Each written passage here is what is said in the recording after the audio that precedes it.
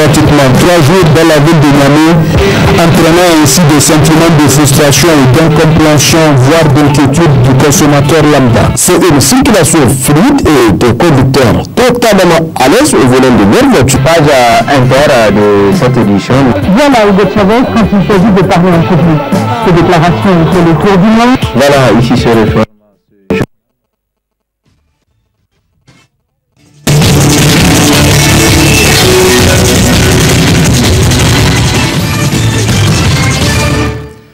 Mesdames, Messieurs, bonsoir. Bienvenue à cette grande édition d'information sur la télévision Dunia que nous débutons avec la question de confiance.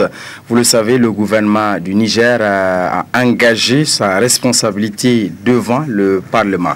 En effet, demain, plaise à Dieu, demain samedi 9 novembre 2013, les élus du peuple seront en plénière pour discuter et voter de la question de confiance adressée à l'Assemblée nationale par le chef du gouvernement, Brigitte Raffini.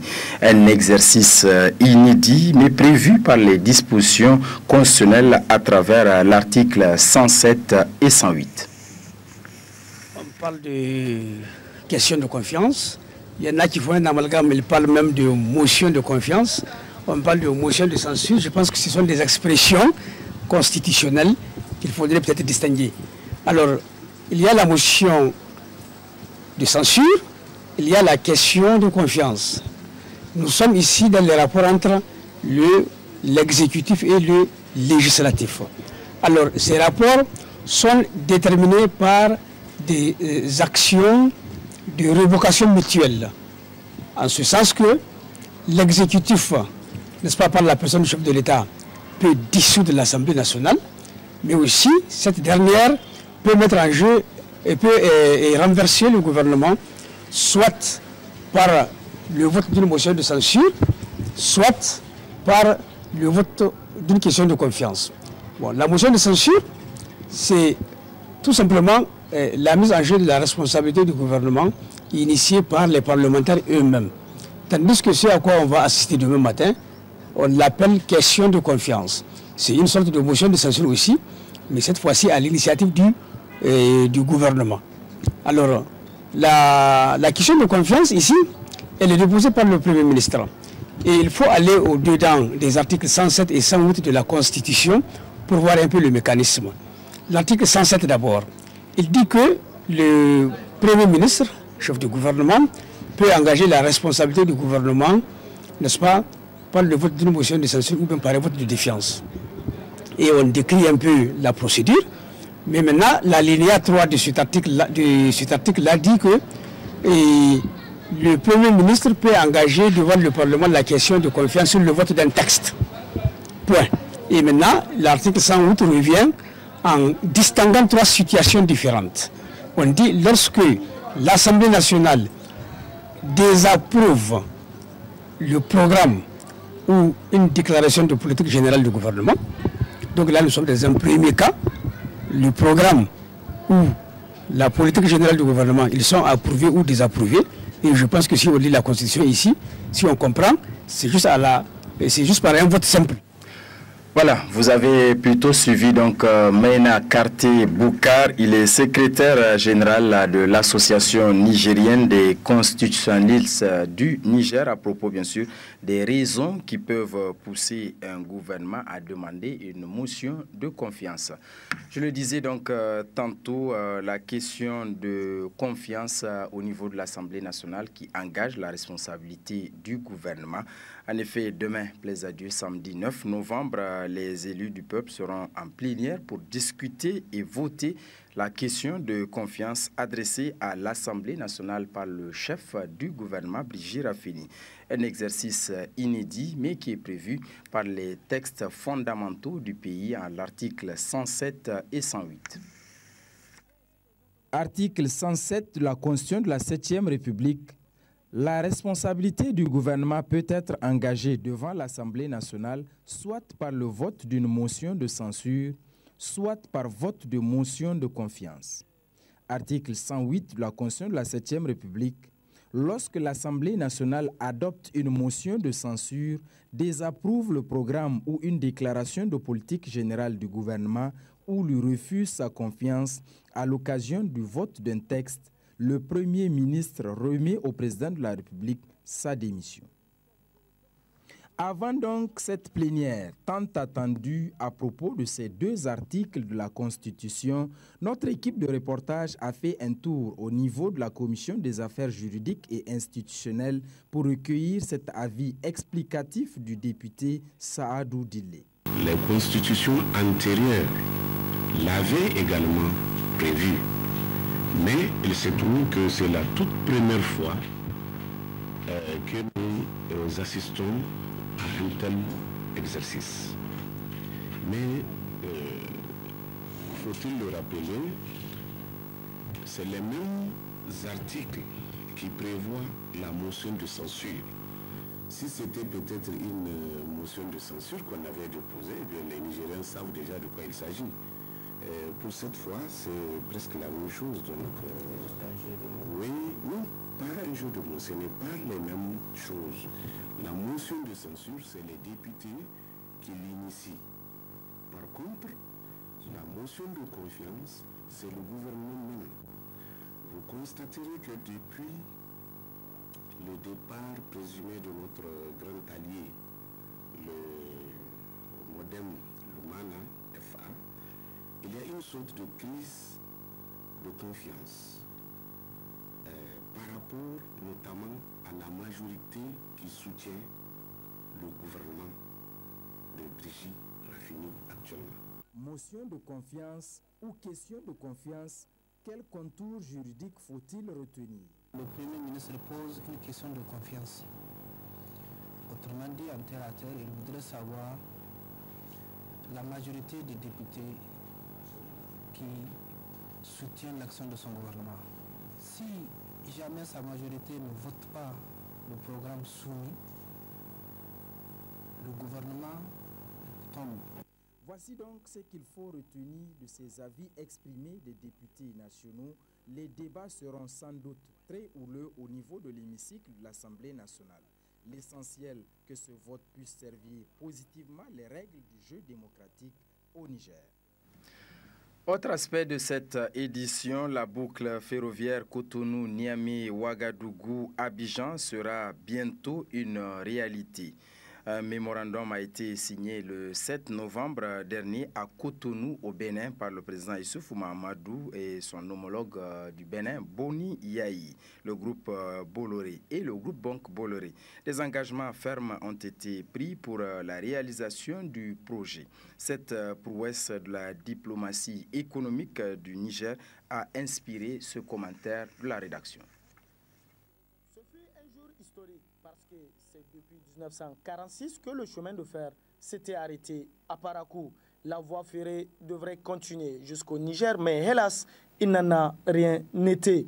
Voilà que ce vieux projet de la boucle ferroviaire va entrer dans sa phase opérationnelle. La construction de la voie ferrée Parakou-Niamey annonce des nouvelles perspectives dans la coopération économique entre le Bénin et le Niger. Cette perspective va booster la fluidité, mais surtout le développement des transactions économiques entre le Niger et le Bénin. Les travaux de cette voie ferrée sont prévus démarrer dans 5 mois, c'est-à-dire d'ici fin mars 2014 au plus tard. D'ores et déjà, un mémorandum a été signé entre le Bénin, le Niger et le groupe Bolloré. Une promesse du président Issoufou Mahamadou qui va bientôt se matérialiser. Avec le chemin de fer, le transport de l'uranium et du pétrole nigérien favorisera sans doute une prospérité des opérateurs économiques et un mieux-être pour la population nigérienne. La diplomatie économique du président Issoufou est un véritable succès. Succès parce que la construction du chemin de fer Parakou-Niamey est un rêve de près de 60 ans que le président Issoufou va concrétiser. Succès parce que l'économie nigérienne va connaître un boom grâce au trafic commercial. Succès enfin parce que la réhabilitation de cette ligne ferroviaire marquera d'un sceau indélébile les liens de coopération entre Niamey et Cotonou. Niger et le Bénin sont condamnés à vivre ensemble. Donc nous avons discuté du projet de la boucle Abidjan, Ouaga, Bobo, Niamey, Parakou, Cotonou. Cela dit, l'équipe internationale de certification dirigée par Joël Bruno a présenté ce matin au ministère de la Santé les résultats de ses investigations relatifs à l'existence d'aucun cas de maladie du ver de Guinée dans notre pays. Ali Sissé Ibrahim, Imran Mega. La dracunculose ou ver de Guinée est due à un parasite le plus long qui puisse se loger dans les tissus humains. La maladie ne se contracte que par la consommation d'eau non potable contenant les parasites. Au Niger, depuis 2009, aucun cas n'a été détecté. Pour être sûr de l'éradication de la maladie, la Direction nationale de la certification, après des enquêtes, a consigné dans son rapport la disparition de la maladie, chose qui a amené l'équipe internationale de certification dirigée par l'Américain Joël Breman à séjourner dans notre pays afin de vérifier ce fait dans les 8 régions du pays. Selon le représentant de l'OMS, cela dénote des efforts déployés par le Niger pour interrompre la transmission. Comme l'a dit le team leader, le chef de la mission, et effectivement le comité national de certification qui a mené ce processus de son démarrage a envoyé un rapport qui a abouti justement à cette mission-là.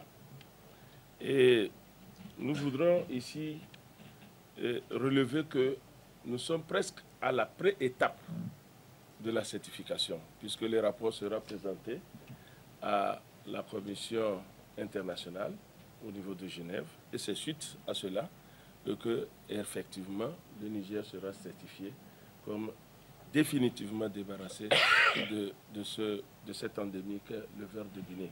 Pour le ministre de la Santé publique, la disparition de la dracunculose au Niger témoigne de l'engagement du gouvernement à assurer une couverture sanitaire à tous les Nigériens. Le Niger est en train d'honorer ses engagements pris à Genève en 1989 et réaffirmés en 2004 pour l'éradication du ver de Guinée au Niger.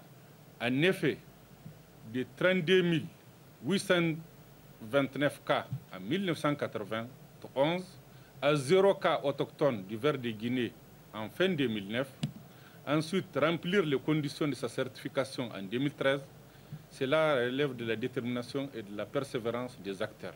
Isolé clairement, par cet acte, c'est-à-dire la satisfaction aux critères de certification pour l'éradication du ver de Guinée, le Niger figurera très prochainement, Inch'Allah, sur la liste des pays certifiés comme indemnes du ver de Guinée.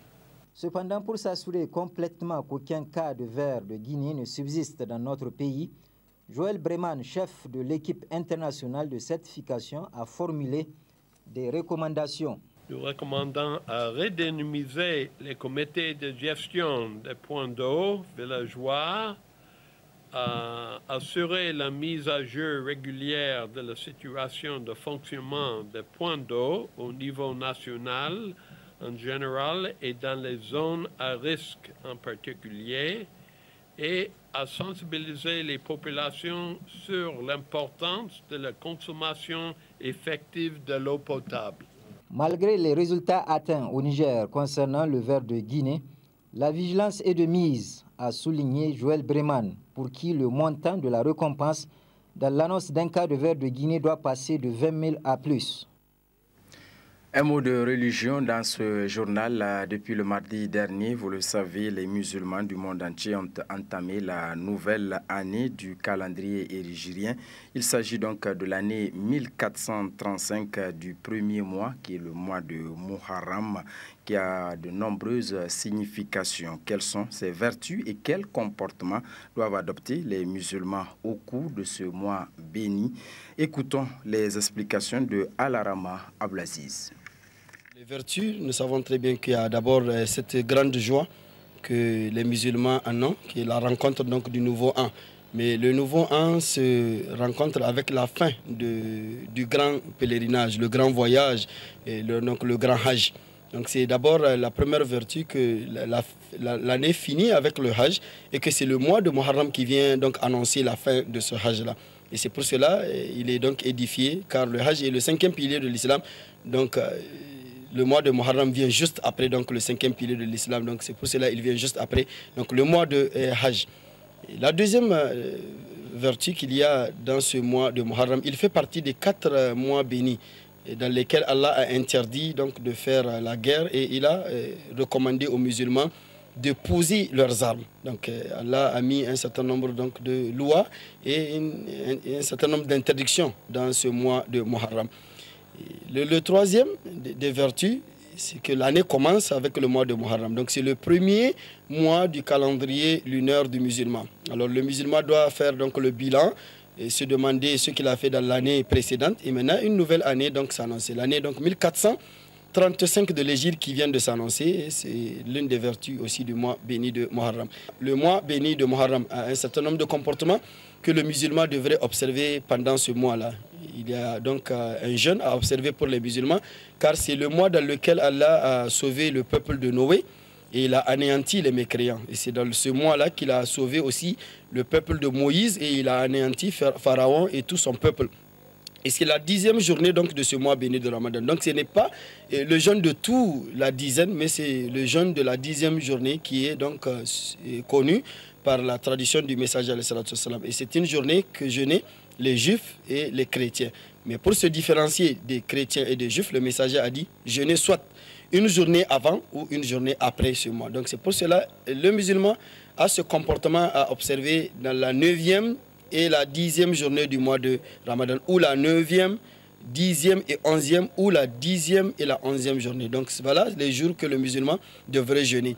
Et ce jeûne-là, le messager a dit, efface une année complète donc, de pays.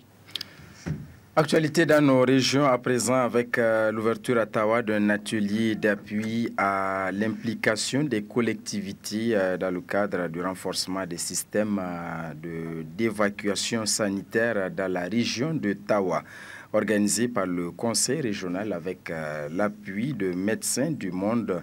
C'est le gouverneur de la région de Tawa qui a donné le coup d'envoi des travaux. Asman Amadou. Cette cérémonie d'ouverture de cet atelier d'échange sur le système de référence sanitaire régional, une initiative du Conseil régional avec l'appui du Médecin du Monde. Après le mot de bienvenue de la deuxième vice-maire de la ville de Tawa, la coordinatrice du Médecin du Monde se prononce sur les objectifs que s'est fixé cet atelier et les expériences pilotes portant sur le financement solidaire des évacuations sanitaires. La mise en place d'un système de référencement évacuation sanitaire performant sur l'ensemble des 8 districts sanitaires de la région de Tawa s'inscrit dans la perspective de lever des barrières financières pour l'accès aux soins de santé d'urgence pour la population en général et pour les couches vulnérables en particulier. L'une des solutions envisagées pour améliorer l'accès aux soins est de lever une partie de cette barrière financière de l'accès aux soins en supprimant le paiement direct. La stratégie de gratuité des soins, décrétée au Niger depuis 2005, couvrait les soins au point de service, mais pas pour les cas nécessitant une évacuation sanitaire du niveau primaire, CSI ou case de santé, vers l'échelon supérieur, hôpital de district ou centre hospitalier régional. À son tour, le vice-président du conseil régional, Ibrahim Mahmoudou, a développé son intervention sur les démarches et les processus qui ont été suivis jusqu'à la concrétisation d'un tel projet noble pour la région de Tawa.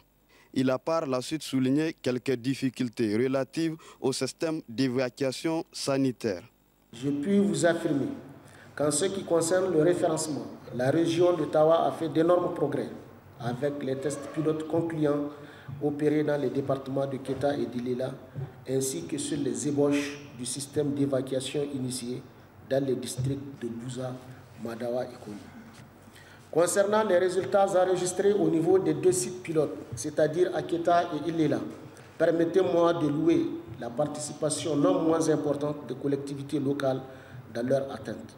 À titre illustratif, 867 malades ont été évacués de janvier à septembre 2013 au niveau du district sanitaire d'Ilela pour un montant global de 21 443 724 francs CFA, coût incluant toutes les dépenses, dont 6 039 500 francs de centimes additionnels et 15 404 224 francs pour autres contributions. Parmi ces malades évacués, il faut noter que 64% représentent la catégorie non payante, ce qui justifie à n'en point douter la pertinence de la mise en œuvre d'un tel projet. Dans son discours d'ouverture de cet atelier, le gouverneur de la région de Tawa demande aux professionnels de la santé, les élus locaux du conseil régional, les communautés d'adhérer activement pour la réussite d'un tel projet d'intérêt général. La mission du médecin du monde France au Niger attache un grand prix à cet atelier, dont les réponses et les engagements qui sont attendus par les parties prenantes à la fin de cette rencontre constitueront des avancées vers l'atteinte des objectifs du projet. Direction Zender avec l'ONG ASEC Mungani qui a doté le CG16 de Zender d'un bloc de 3 classes en matériaux définitifs. La cérémonie de remise de ces classes s'est déroulée hier en présence du gouverneur de la région de Zender, Seyni Maikido Jibril. C'est conformément à sa mission d'accompagner les communautés dans la gestion du système éducatif en matière de la scolarisation, de la santé et de l'environnement local en vue d'un développement durable que l'ONG appuie au secteur éducatif communautaire ASEC Mungane a doté le CG16 d'un bloc de 3 classes en matériaux définitifs. Lors de la cérémonie de remise des classes, le maire de la commune 2 de Zender a, dans son mot de bienvenue, remercié l'ONG Mungane pour cette ferveur combien importante de l'épanouissement des élèves de sa localité. Pour marquer de sa présence à cette cérémonie, la présidente de l'ONG Mungane a éclairé les motifs ayant amené l'ONG Mungane d'apporter sa contribution pour l'amélioration des conditions d'études des élèves et de leurs encadreurs. Il vous souviendra que l'école qui était jadis un instrument d'instruction et d'éducation souffre de nos jours de plusieurs maux, dont l'insuffisance des infrastructures entre autres. Aujourd'hui, nous assistons à une augmentation des effectifs qui est une des conséquences directes de cet état de fait. Ce qui entraîne la dégradation des conditions d'enseignement et d'apprentissage dans la plupart des établissements secondaires de la ville de Zender. C'est dans ce contexte que l'ONG ASEC Mungane, conformément à ses objectifs, a décidé d'apporter sa modeste contribution pour l'amélioration des conditions d'études des élèves et de leurs encadreurs. Aussi, il faut le souligner que la cérémonie qui nous réunit n'a été possible que grâce à l'appui financier du partenaire allemand dénommé Hilfswerkzeugstiftung. Le directeur de l'établissement bénéficiaire, quant à lui, n'a pas manqué de remercier l'ONG Mungane pour avoir contribué à l'amélioration de leurs conditions d'études en dotant son établissement de 3 classes en matériaux définitifs. Moi, j'étais venu en janvier 2013. Quand j'étais venu, donc, on n'avait même pas de site. Donc j'ai trouvé les élèves donc, assis sur des pierres. On n'avait pas de table banc. Ce n'est que vers la fin de l'année qu'on a eu le site. Et après le site, on a aussi donc, eu donc, l'ONG ASEC Mungane, donc, qui a promis donc, de nous construire ce bloc de 3 classes. Et c'est chose faite. L'ONG Mungane, vraiment, je suis très fier vraiment de nous avoir donc, offert ce bloc de 3 classes. Nous remercions beaucoup l'ONG Mungane et son partenaire. A noter que la cérémonie a été marquée par la présence du gouverneur de la région qui a réceptionné les clés des 3 classes des mains de la présidente de l'ONG Mungane, du président du conseil régional et de l'honorable sultan du Damagaram. Une visite des classes et de l'école communautaire Karakara, une école parrainée par l'ONG Mungane à travers le projet Promotion droit à l'éducation, a sanctionné la cérémonie. Dernier aspect de cette édition, l'opérateur de téléphonie mobile Orange Niger vient de mettre sur le marché un nouveau téléphone portable dénommé Pack Orange Pixie, un téléphone mobile qui permet donc à son détenteur d'accéder facilement à Internet. Plus d'explications avec Isdor Banaba et Boubacar Souley. Le Pack Orange Pixie, c'est un smartphone plus performant et multifonctionnel que l'opérateur de téléphonie mobile Orange Niger mettent à la disposition de la population, ceci dans le souci de faciliter l'accès à l'Internet haut débit. Une petite révolution selon les responsables d'Orange. Notre ambition a toujours été de démocratiser l'accès des moyens de communication à tous les Nigériens. Et aujourd'hui, c'est une petite révolution pour Orange Niger, car grâce à Alcatel Pixi, qui est le smartphone le plus cher du marché, aujourd'hui nous mettons à la disposition des jeunes Nigériens et de tous ceux qui adorent l'Internet un téléphone qui leur permet de bénéficier du confort, de la rapidité de la 3G+ d'Orange Niger.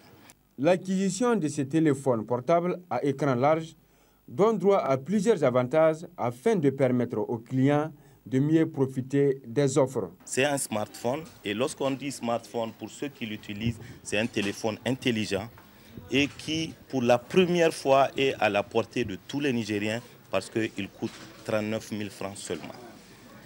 Et cerise sur le gâteau, comme vous le savez, chez Orange, nous donnons toujours plus à nos clients. L'acquisition de ce téléphone, il est accompagné d'un forfait Internet d'1 gigaoctet, de 30 minutes de communication et également de 100 SMS offerts gratuitement par Orange Niger. Le pacte Orange Pixi est un portable à usage simple avec des applications pré-embarquées pour une navigation fluide à haut débit. Voilà, messieurs, dames, c'est donc tout pour cette grande édition d'information. Merci de l'avoir suivi. D'ici là, passez d'excellents moments en compagnie de nos programmes. Au revoir et à très bientôt.